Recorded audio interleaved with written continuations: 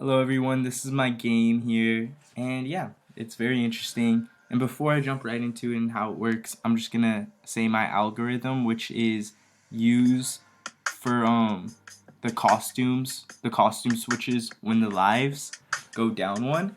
So as you can see here, when lives equal 2, the costume will switch to this costume, and then when lives equal 1, it'll switch to another costume, and lives equal 0, it'll switch to its last costume. So here, I'm gonna pick a fish. I pick any fish, and a cool message pops up, and there's background music and bubbles, as you could hear.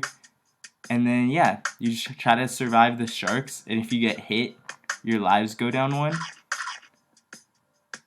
You see the costume switch as the algorithm, and as it goes on, the sharks go faster and everything, and the score goes up by 10 for every second.